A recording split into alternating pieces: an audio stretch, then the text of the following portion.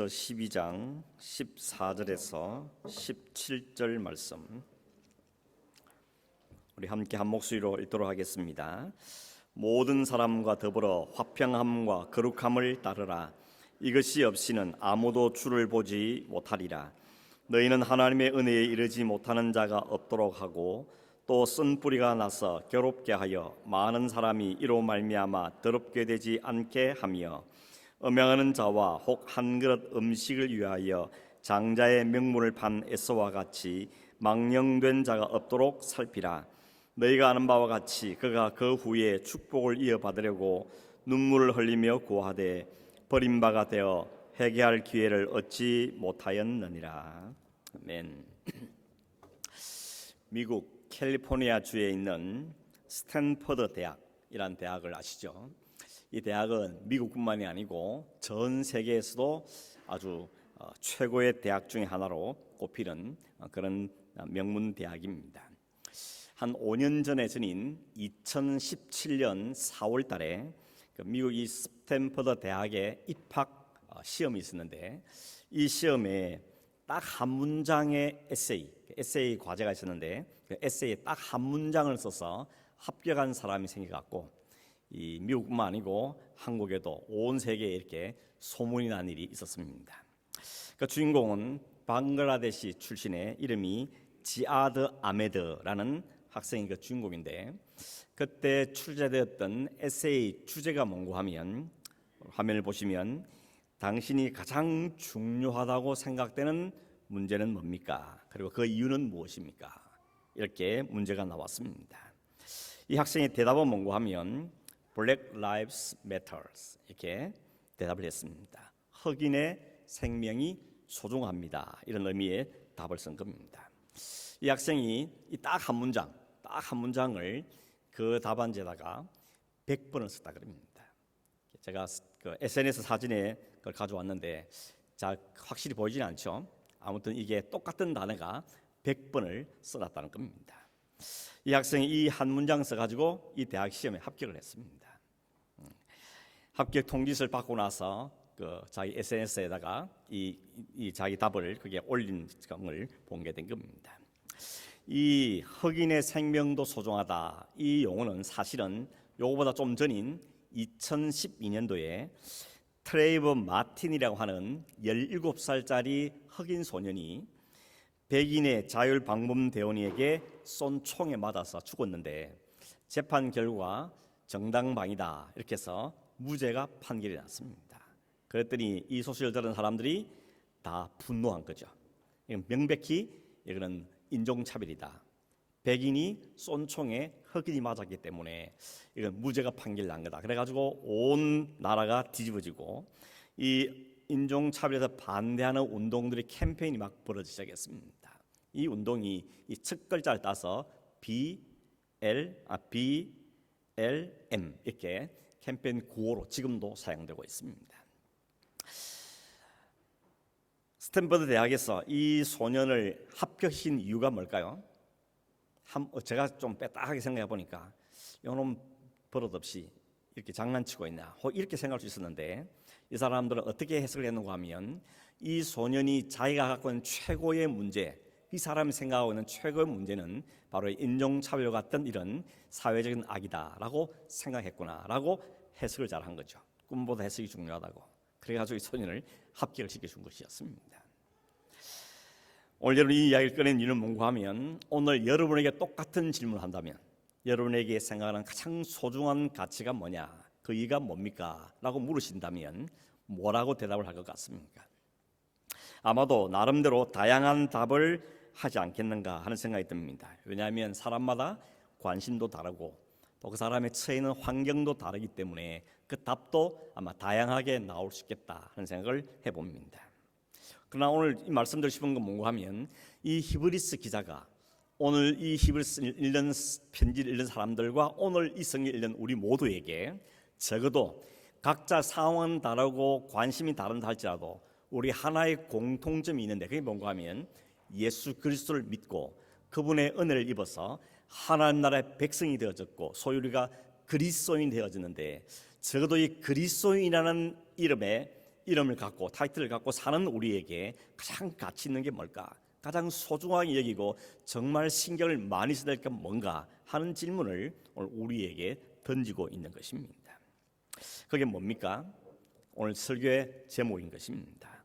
더불어 화평함과 거룩함을 따르자 하는 게 이 내용인 것입니다. 여러분, 더불어 화평함과 거룩함을 따르라 그렇게 말을 들으면서 별 감동이 없으시죠? 그런 말이 있나 보다 싶지. 이 말씀 들으면서 막 고개가 뜨개지고 이 말씀 내 말씀 받아주고 그런 마음이 별로 안 들죠. 왜 그럴까요? 이 말씀에 대한 충분한 이해가 우리가 없기 때문에 그런 것입니다.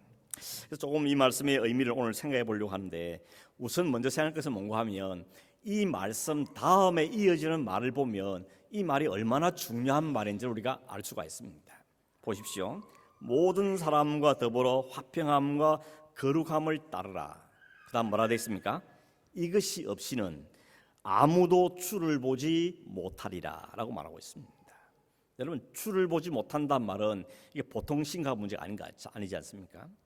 우리가 소위 예수를 믿고 주님을 따르는 백성들이 우리의 마지막 골이 어디입니까?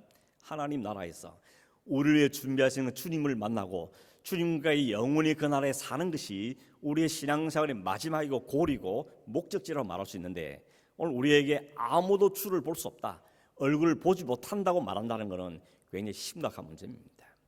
천국 못 간다는 이야기 아니겠습니까? 그러므로 이 말은 보통 이야기가 아니다는 것입니다.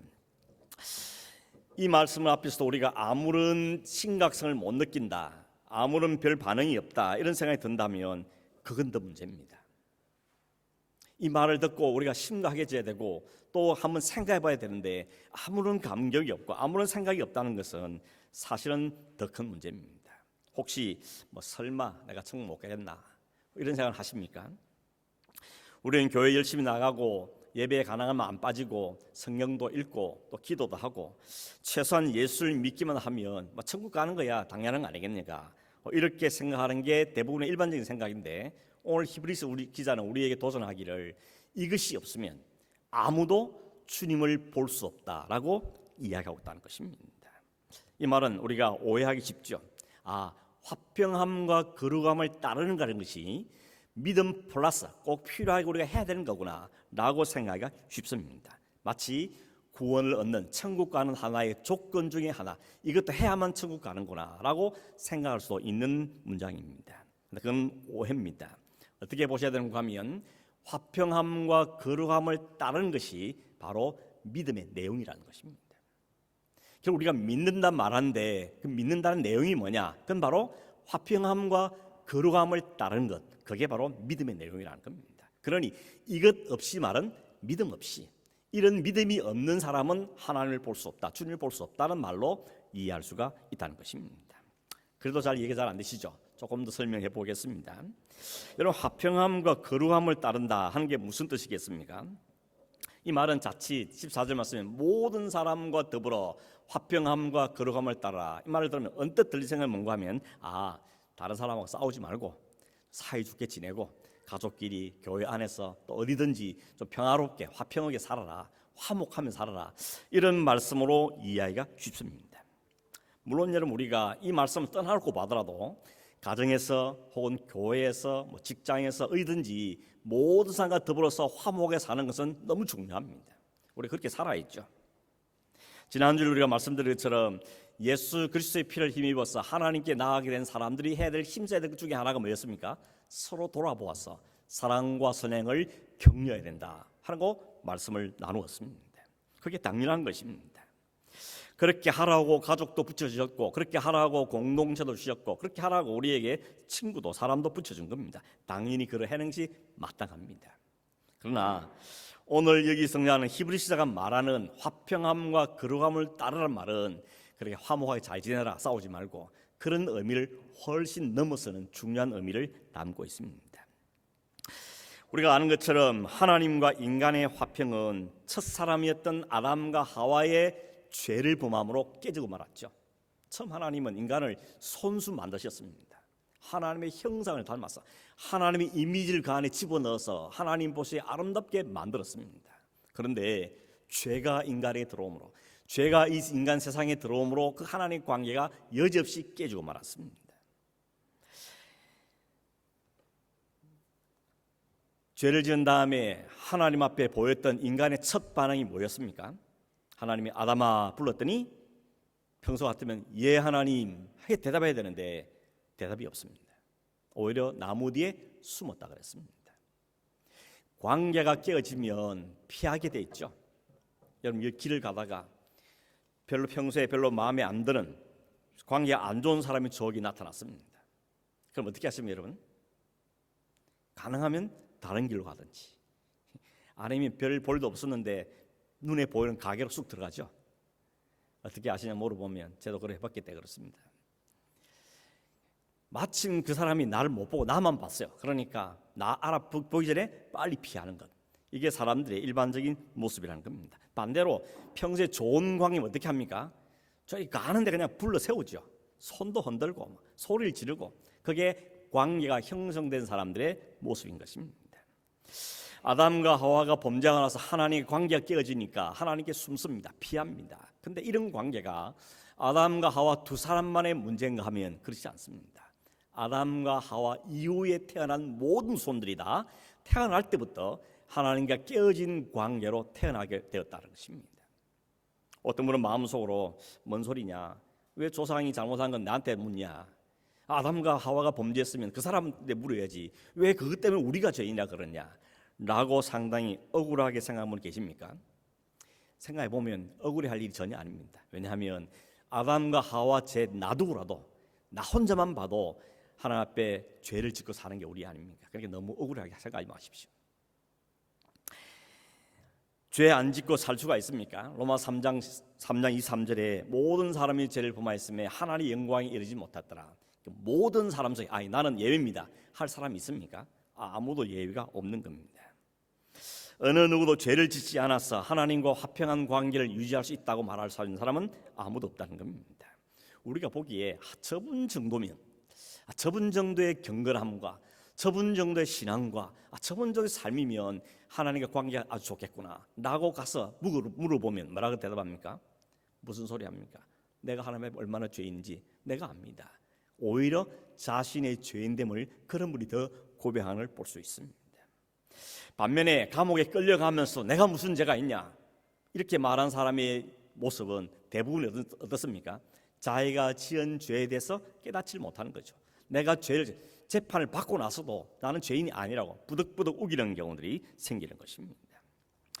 하나님과 깨어진 그 화평은 인간 사이의 관계도 깨뜨려버렸고 인간과 자연 만물 사이의 관계도 다 깨뜨리고 말았습니다. 그 결과 우리 이 땅에 주어진 게 바로 죽음이죠. 죽음, 사망이 왔습니다. 우리가 생로병사라 그럽니다. 태어나고 늙고 병들고 죽는 것, 이게 다 한마디로 말하면 죽음의 정상이죠. 그러다 죽는 거 아닙니까? 다 죽음의 정상들인 것입니다. 인간이 겪는 모든 것이 다 하나님과 관계, 화평이 깨어진 결과로 가져온 이 땅에 주어진 죽음의 정상들이라는 겁니다. 이렇게 깨어진 하나님의 화평을 어떻게 회복할 수 있는가? 성경은 딱 한 줄로 말하기를 어떤 것으로도 하나님과 화평을 다시 회복할 수 있는 길은 다른 길은 없다고 선언하십니다. 구약시대에 율법을 주셨지만 율법을 다 지켜서 하나님과 화평을 다시 회복한 사람은 아무도 없습니다. 그러나 구약시대에 한 가지 힌트는 주셨죠. 그 힌트가 뭔가 하면 제사였습니다. 어린 양을 가져와서 내 죄를 고백하고 그 어린 양의 손을 얻고 그 어린 양을 죽여서 그 피를 흘려서 하나님께 드릴 때 하나님이 그 피를 보시고 용서를 선언해 주는, 그게 힌트입니다. 물론 그 희생 제사가 완전한 건 아닙니다. 그게 완전했더라면 한 번 제사 지내면 끝나야 되는데 계속해서 반복해서 제사를 지냈다는 것은 그게 완전하지 않다는 이야기입니다. 근데 무슨 의미가 있느냐? 이것은 장차 완전한 제사가 있을 거다, 완전한 제물이 있을 거다. 그 완전한 제물로 완전해진 제사가 우리에게 임하면 그때는 우리가 하나님의 관계가 완전하게 회복될 거다 하는 걸 힌트로 보여주는 게 구약의 제사였습니다. 실제로 그 약속한 대로 때가 되었을 때 완전한 제물이신 그리스도께서 이 땅에 오셨고 자신을 완전한 제물로 드려서 완전한 제사를 단 한 번에 드리심으로 이제 하나님과의 관계가 회복된 겁니다. 그 증거가 뭐였습니까? 지난주에 본 것처럼 성전 안에 있던 휘장이 위로부터 아래로 다 찢어지는 것이었습니다. 휘장을 치는 목적이 뭡니까? 가리는 거죠. 막는 겁니다. 들어오지 말라고. 그게 휘장의 의미입니다. 하나님 앞에 죄를 가져갈 수 없기 때문에 하나님 오지 말라고, 너 죽는다, 가린 게 휘장이었는데 이제 그 휘장이 찢어짐으로 누구든지 들어와도 된다라고 허락이 된 겁니다. 그 휘장은 예수 그리스도의 육체라 그랬습니다. 그러므로 우리가 하나님 앞에 이제 담대하게 당당하게 떳떳하게 나갈 수 있는 유일한 길, 방법이 주어졌는데 그게 뭔가 하면 휘장으로 예표된 예수 그리스도의 십자가의 죽으심을 통해서 그분을 믿고 받아들이고 그분을 통하여서 하나님께 담대하게 나아갈 수 있는 길이 우리에게 열렸다는 겁니다. 그게 화평입니다. 그러므로 오늘 화평함을 따르라, 이 말은 우리로 하여금 화목 잘해라, 피스메이커가 되라, 이런 의미보다는 그런 것도 있겠지만 훨씬 더 의미가 뭔가 하면 우리의 온전한 완전한 화평을 이루신 주님, 그 주님을 믿음으로 받아들이고 그 주님의 삶을 따른 삶을 추구하라는 것이 바로 이 말씀의 의미인 것입니다. 아, 그렇게 내게 화평이 된 거구나, 그렇게 화평이 내게 주어진 거구나. 그러니 내 이 화평을 위해 자기 몸을 다 내어진 그 주님을 내가 감사하고 그 주님을 받아들이고 나도 그 주님처럼 내 살기를 원합니다. 이런 믿음의 고백을 하며 살아가는 가르쳐서 화평함을 따르는 삶이라고 이야기하는 것입니다. 여러분, 그런 의미에서 보면 거룩함을 따른다고 동일한 것이죠. 우리 중에 거룩한 사람이 누가 있습니까? 거룩은 하나님께만 붙일지는 속성입니다.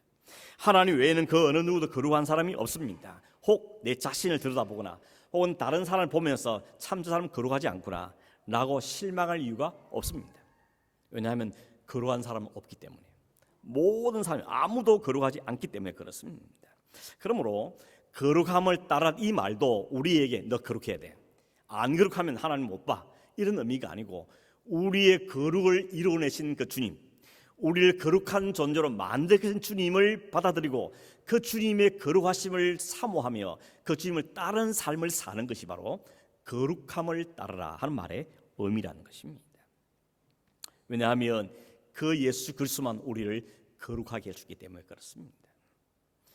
우리가 예수 그리스도의 의와 거룩하심을 믿는 그 순간에 성경은 뭐라고 설명하면 예수 그리스도의 의가, 그분의 거룩하심이 우리에게 덮어 씌운다고 말합니다.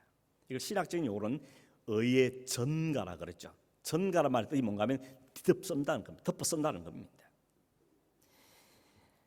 갈라디아서 3장 27절에 보면 누구든지 그리스도와 합하기 위하여 세례를 받은 자는 그리스도로 옷 입었느니라. 우리가 세례를 받는데 그 세례는 무슨 의미 있는가 하면 내가 이제 나를 어렵게 하실 분이 주님뿐인 줄 알고 주님을 내가 믿음으로 받습니다 라고 고백할 때 그리스도의 의의 옷이 나를 덮는다는 것입니다. 우리가 군복을 입히면 그 사람은 군인이죠. 의사 가운을 입히면 의사입니다. 법복을 입히면 그 사람은 법관인 것입니다. 그것처럼 그리스도의 옷을 입었기에 우리는 그리스도인이 되고 그리스도의 의와 거룩이 우리에게 입힌 바 되어서 우리의 신분, 우리 아이덴티티가 거룩한 백성이 되는 겁니다. 아무리 와도 내게 거룩함이 없고 거룩할 자격도 조건도 없고 아무것도 없는데, 나는 거룩하지 않는데, 그러한 능력도 없는데 그리스도의 의가 우리에게 입혀져서 우리가 그리스도인 거룩한 백성이 된 것이 우리의 아이덴티티라는 것입니다. 여러분, 지금까지 말씀을 다시 정리하면 이런 거죠. 더불어 화평함과 거룩함을 따르라. 그렇지 않으면 아무도 주를 볼 수 없다. 이 말의 의미는 우리를 하나님과 화평하게 만드셨고 우리를 거룩하게 만드신 그 주님을 믿음으로 받고 이해하고 순종하고 따를 때 그게 바로 믿음의 내용이라는 것이고 그게 우리 믿음이라는 것이고, 그 믿음이 없으면 주를 볼 수 없다는 이야기를 한 겁니다. 좀 이해가 되셨습니까, 여러분? 그러나 아무나 주가 되는 건 아닙니다. 내가 주라 인정한다고 주가 아닙니다. 돈이 주가 될 수 없습니다. 어떤 건 나의 주인이 될 수가 없다는 겁니다. 오직 하나님이 보내시고 하나님이 세우셔서 우리의 주가 되시 하신 분, 그분만 우리의 주가 될 수 있습니다. 그 주님을 따르는 게 바로 믿음입니다. 그 안에 믿음의 내용을 들여다보니까 그 안에는 하나님이 이루신 그 화평함과 그리스도의 의로 덮으신 그 거룩함이 우리에게 주어진다는 것이죠. 그게 믿음의 내용이고 본질이라는 것입니다. 이 믿음의 걸음을 갈 때 또 한 가지 중요한 단어가 있는데 그게 뭔가 하면 모든 사람과 더불어라는 단어입니다. 모든 사람과 더불어 따르라고 말하고 있습니다. 이 말도 오해하기 쉬운 것은 모든 사람과 화목하라는 거구나 이렇게 생각할 수 있는데 그런 뜻이 아니라는 겁니다. 무슨 뜻입니까? 나 혼자 그 길을 가는 게 아니고 더불어 가는 것입니다. 주님을 따르되 혼자 나는 잘 믿어, 나는 신앙 문제 없어, 혼자 독불장군 된 말이 아니고 더불어서 함께 그 주님을 따르는 것이 바로 우리가 그래야 될 삶의 모습이라는 것을 성경 우리에게 이야기해 주는 것입니다. 하나는 우리를 항상 공동체로 부른다는 것을 성경을 통해 우리가 알 수 있습니다. 구약시대는 하나님이 구약시대는 이스라엘 민족이라는 공동체를 부르시죠. 신약에 넘어오면 교회라는 공동체 하나님이 부르십니다. 구원은 개인적인 것이라고 말하지만 근데 성경은 마치 개인적으로 구원받는 게 아니고 민족이 구원을 받고 교회가 구원을 받는 것처럼 표현하는 경우들이 참 많습니다. 하나님 처음 아브라함을 부르시죠. 근데 아브라함에게 약속을 줍니다. 야, 너 구원하겠다, 너 내 사람 된다, 이렇게 개인적으로 말씀하지 않고 니를 통하여서 큰 민족을 이룰 것이고 내가 그 민족의 하나님 될 것이고 나는 그의 하나님 될 거다, 네 그 민족이 내 백성이 될 거다 라고 민족과 하나님의 관계를 설명하면서 구원을 이야기한다는 것입니다. 신약도 마찬가지입니다. 교회를 가르쳐서 그리스도의 몸이란 말합니다. 그리고 몸의 구원, 몸의 구속을 이야기하고 있습니다. 우리 성도 한 사람 한 사람은 바로 그 교회의 지체이죠. 교회의 머리가 주님이시고 우리는 다 그 교회의 공동체로 몸이라고 말씀하고 있는 것입니다. 그래서 공동체는 몸이라는 것은 손가락 하나만 아파도 온몸이 다 아파하는 거죠. 딱 이슬을 준비하고 있는데 마침 저희 집사람이 요리하다가 손가락을 날릴 겁니다. 죄송합니다. 손가락 날릴 때는 손가락이 진짜 날아간 줄 알겠다. 비인 겁니다. 칼에 비었습니다. 이거 조금 비었는데 너무 아빠가 하루 종일 누워있고 안 되니까 응급실로 갔다 오고 막 이러는 걸 봤습니다. 이게 몸입니다. 이거 좀 다쳤으니까 이거 잘라버리고 막 그거 아니지 않습니까? 그 하나 때문에 온몸이 몸살을 하는 것이죠. 아마 다 경험을 해보셨을 겁니다. 그게 바로 몸이라는 의미입니다. 하나님은 나 개인을 구원하신 것이 아니라 그리스도의 몸으로 구원한다고 성경은 우리에게 말하고 있는 것이죠. 그래서 우리의 개인은 없습니다. 하나님 우리의 백성으로 그리스도의 몸으로 부르신다는 것입니다. 내가 주의 성전이면 저 사람도 주의 성전인 겁니다. 그래서 지체는 그리스도를 따르는 일에 있어서 서로 유익을 가지는 더불어 가야 된다고 말씀하고 있는 것이죠. 들어보신 이야기할 수 있는데 19세기에 설교의 황태자로 불렀던 분이 영국의 찰스 스펄전이라는 분이 계십니다. 이 목사님이 너무 유명한 분인데 하루 토요일 날 저녁에 눈이 많이 내리는 토요일 저녁에 그날도 역시 대인 주일이니까 설교 준비를 하고 있었습니다. 누가 문을 두드렸습니다. 문을 열어보니까 눈을 험빡 맞은 한 청년이 밖에 떨고 있었습니다. 들어오라 그래서 벽난로 불을 켜고 벽난로 앞에 앉아서 따뜻한 차를 마시면서 그 왜 찾아왔는지 물어봤더니 이 청년이 한동안 가만히 있더니 드디어 말을 하기 시작합니다. 이 청년의 고민이 뭔가 하면 자기는 진짜 신앙생활을 좀 제대로 확실하게 좀 해보고 싶다는 겁니다. 그래서 교회를 찾아갔는데 간 교회마다 왜 이렇게 마음에 안 드는 인간들이 있는지, 막 교회마다 왜 이렇게 부족한 부분이 보이는지 참 그래서 저쪽 교회 가보고 또 저쪽 교회 가보고 교회를 막 돌아다니다가 마음에 결심한 게 있다는 겁니다. 교회는 안 가겠다.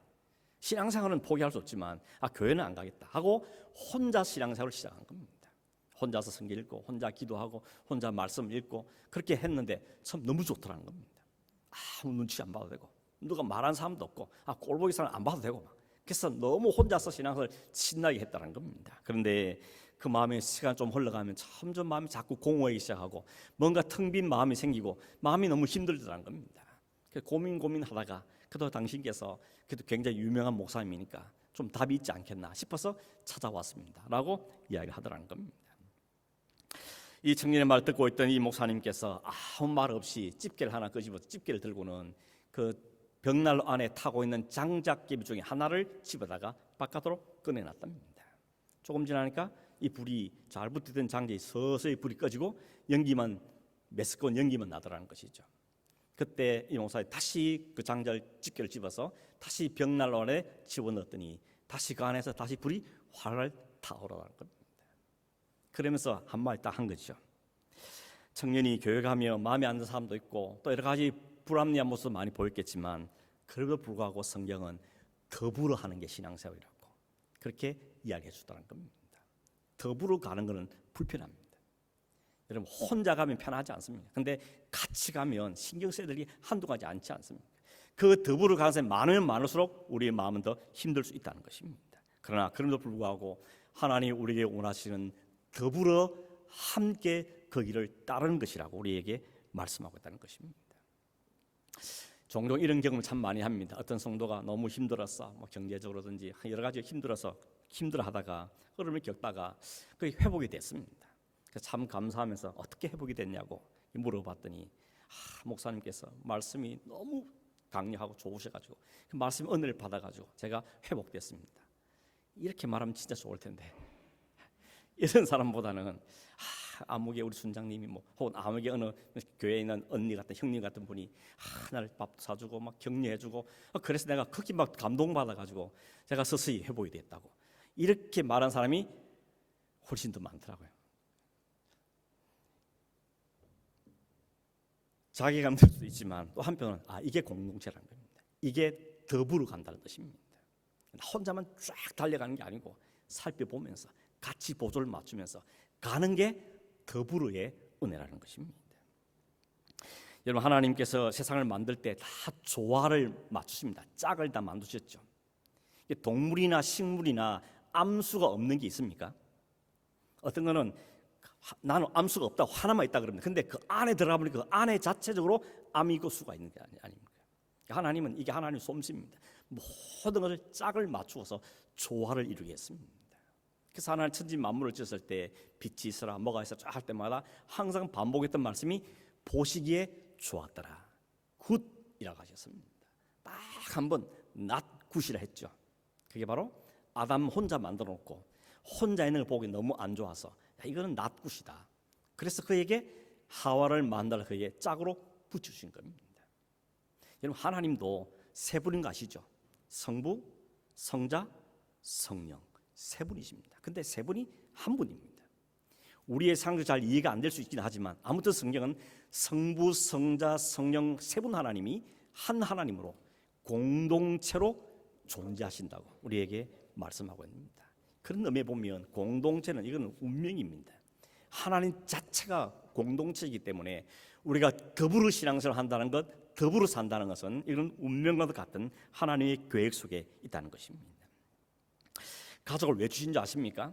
혼자 살면 편한데 왜 이게 남편, 아내, 자식 뭐 이걸 덕지 붙여가지고 힘들게 했을까요?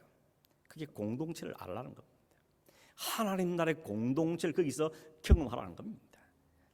너무 말 안 듣는 자식, 지질이 막 애먹이는 남편, 아내, 그걸 주신 이유가 뭔가 하면 하나님 나라를 가기 위한 공동체는 그 안에서 훈련하러 우리에게 주셨다는 것입니다.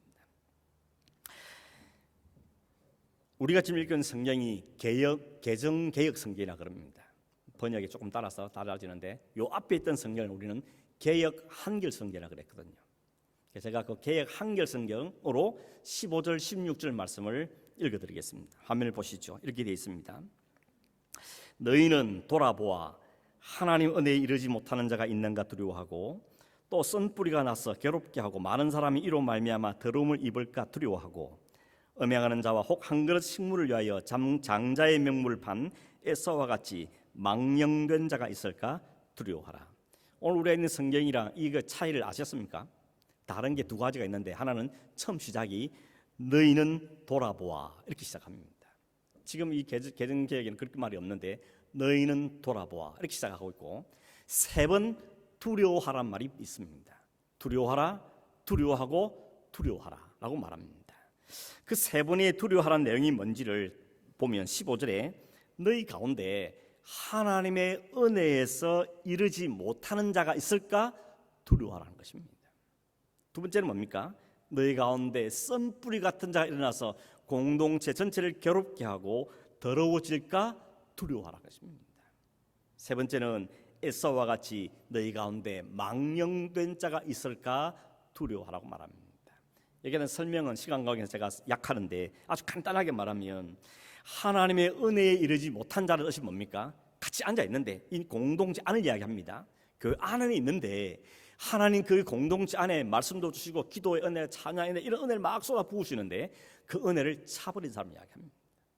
그하고 나하고는 아무 관계 없는 거. 자리에 앉아있지만 그 하나 은혜는 내 것이 안 되는 사람, 그런 사람이 너희 가운데 있을까 두려워하라고 말하는 겁니다. 두 번째는 쓴뿌리 같은 사람이 있을까 두려워하는 겁니다. 여러분, 쓴뿌리란 말을 우리가 많이 사용하죠. 흔히 상담에서 상처 입었다, 마음의 상처 입었다, 이때 쓴뿌리 말을 사용하는데, 원래 성경에 쓴뿌리는 용어가 사용될 때는 두 가지 의미가 있습니다. 하나는 구약에서는 우상숭배를 가리켜서 쓴뿌리로 말합니다. 독초를 내고 쓴 열매를 맺는 것, 우상숭배에 연관시켜서 말씀하고 있고, 신약에는 완고한 기질이나 성길 때문에 당하는 그런 불신앙을 말할 때 쓴뿌리라고 표현하고 있습니다. 아무튼 이런 사람이 너희 가운데 있어서 공동체 전체가 어려워지고 더러워지지 않도록 조심하고 두려워하라는 것입니다. 세 번째는 에서와 같이 망령된 자가 너희 가운데 있을까 봐 두려워하라 말합니다. 여러분, 에서가 왜 망령된 자입니까? 망령되단 말을 성경에 원래 헬라 단어를 영어로 번역할 때 고들리스란 말입니다. 그러니까 거룩하지 않은 것, 세속적인 것, 거룩하지 않은 걸 망령되다 말하는 겁니다. 그래서 우리가 하나님 이름을 망령되이 일컬지 말라, 쉽게 말하고 있죠. 하나님 이름을 함부로 쓰지 말라는 겁니다. 세속적으로 가치 없게 쓰지 말라고 이야기하는 겁니다. 에스가 어떻게 했습니까? 사냥가 돌아오니까 배가 너무 고픈데 동생이 팥죽을 쓰고 있으니까, 야, 팥죽 한 그릇 다오. 뭘 주겠습니까? 장자 명분을 주십시오. 오케이, 장자 명분 이게 뭐 중요한데 가져가. 그런 팥죽을 그냥 한 그릇 먹어버렸습니다. 그걸 가르쳐 성경은 망령되도 말합니다. 왜 망령됩니까? 육신의 배부를 위해서, 그 허기짐을 위해서, 세상의 그 맛있는 걸 위해서, 그걸 자기 배를 채우기 위해서 하나님 주신 그 장자라는 그 고귀한 것을 헌치해서 버렸다는 겁니다. 차버렸다는 겁니다. 그래서 그걸 망령되다고 이야기하는 겁니다. 우리가 말하면 하나님께 주신 그 은혜, 하나님 주신 그 생명, 하나님 그 복음, 이걸 가서 가치 있게 생각하지 못하고 차버리는 것, 쉽게 생각하는, 그게 바로 망령되다는 겁니다. 너희 가운데 그런 자가 있을까 봐 두려워하라고 이야기하고 있는 것입니다. 그런데 여러분, 왜 이야기하는가 하면 그런 사람을 두려워하고 찾아내가지고 그 사람은 색출하고 내쫓고 징계하고 그런 의미로 하는 게 아닙니다. 첫 번째 단어는 뭐라고 했죠? 너희는 돌아보라는 것입니다. 돌아봐서 혹 그런 사람이 있을까 두려운 마음으로 공동체를 살피라고 하는 게 히브리서 저자의 진짜 의미인 것입니다. 사도 바울도 그랬습니다. 갈라디아 교회에 편지를 쓰면서 교회 안에서 이런 교회 안에 인자를 발견되면 어떻게 해야 되는가? 갈라디아서 6장 1절을 보시면 이렇게 되어 있습니다. 형제들아, 이 형제들란 말은 교회 안을 이야기하는 겁니다. 세상 밖의 사람을 이야기가 아닙니다. 형제들아, 사람이 만일 무슨 범죄한 일이 드러나거든 신령한 너희는 온유한 심령으로 그러한 자를 바로잡고 너 자신을 살펴보아 너도 시험을 받을까 두려워하라 그랬습니다. 세 가지 태도가 나오죠. 첫째는 뭡니까? 어떤 사람을 보든지 마음의 온유함을 잃지 말라는 겁니다. 우리 식으로 말하면 흥분하지 말라는 겁니다.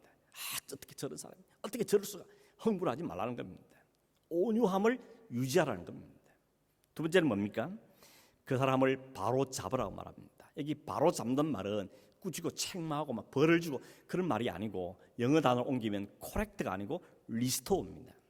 회복시키라는 겁니다. 그게 해야 될 일이라는 것입니다. 여러분, 다리 하나가 많이 부러졌다 그러면 다리 잘라버립니까? 그렇지 않고 이 다리가 회복될 때까지는 목발을 짚어야 되는 겁니다. 그 목발을 짚는 수고를 손이 팔이 하는 겁니다. 그게 회복입니다. 그게 바로 잡는다의 의미라는 것입니다. 그 사람을 기도해주고 격려하고 권면도 하고 깨닫게 해주기도 하고, 그러면서 그분이 감당할 어려움들 같이 감당하는, 그게 바로 돌아보라는 의미, 이 바로 잡는다의 의미라는 겁니다. 세 번째가 중요하죠. 네 자신도 살펴보라는 겁니다. 다른 사람의 손가락이 하기 전에 자신을 먼저 살펴보라는 겁니다. 나는 안 들킬 뿐이지 내 안에도 똑같은 죄성들 갖고 나가서 잊어버리지 말라고 말씀하고 있는 것입니다. 말씀을 맺겠습니다. 여러분, 그리스도께서 우리의 화목제물이 되셔서 하나님과 우리의 화평을 이루어 주셨습니다. 예수 그리스도의 십자가의 의를 통하여서 우리에게 거룩한 존재를 회복시켜 주셨습니다. 이것만 해도 너무 놀랍고 감사한 은혜인 것입니다. 우리를 이렇게 만드신 주님을 늘 생각하고 감사하고 주님의 삶을 따라가는 삶을 사는 게 그리스도인의 삶이야 하고, 그게 제자의 삶인 것입니다. 덧붙여서 혼자 애쓰지 말고 발버둥치지 말고 더불어 가라는 겁니다. 가족 안에서, 성도 안에서, 순 안에서 서로 격려하고 서로 돌보면서 이 길 함께 걸어가는, 이게 더불어입니다. 여러분 혹시 아직도 순식구, 교회 식구에 대해서 이름도 잘 모르는 분 계십니까? 회개해야 됩니다. 이 안에 숫자가 몇 명이라고 아직도 이름도 다 못 모르고 이름과 얼굴이 매치 안 되면 지금부터 노력하십시오. 저분이 저분이구나, 저분이 저런 사람이구나. 서로 알고 격려하고 기도하고 어려우면서 서로 격려하고, 그게 더불어 사는 공동체의 모습인 것입니다. 거기다가 플러스항에 뭐였습니까? 혹 우리 안에 이런 두려운 세 가지 일들이 일어날까 봐 늘 기도하고 늘 주의하고 늘 살피고 늘 격려하고 그렇게 살라고 오늘 우리에게 말씀하고 있는 것입니다. 잘라버릴 게 아니고 기다려주고 도와주고 회복될 수 있도록 기도해주는 이런 관계를 가지라 우리에게 말씀하고 있는 것입니다. 여러분 그렇게 사는 게 더불어 화평함과 거룩함을 따르는 삶이라는 것입니다. 이 삶이 오늘 우리 여러분 가정 가운데도 우리 공동체 안에도 잘 이루어져서 하나님 기뻐하신 공동체로 세워가는 은혜가 있기를 주의 이름으로 축원합니다. 기도하겠습니다. 고마우신 하나님 아버지 감사합니다. 우리를 하나로 부르시고 그리스도 안에 불러주시며 우리에게 감당할 수 있는 은혜를 우리에게 허락하신 것을 감사함을 드립니다. 우리 늘 기억하고 잊지 않고 이 거룩을 추구하며 이 거룩한 삶을 따라가며 주님 안에 아름다운 공동체를 세워가는 자들이 될 수 있도록 인도하여 주시옵소서. 연약합니다. 부족합니다. 하나님 우리에게 붙여주신 우리 공동체가 한 마음 한 뜻으로 같이 서로를 세워감으로 하나님 기쁨이 드려지고 하나님 아름다운 일들을 이루어가는 역사들이 우리 가운데 일어나도록 축복하여 주시옵소서. 거룩하신 예수님의 이름으로 기도하옵나이다. 아멘. 찬송하겠습니다.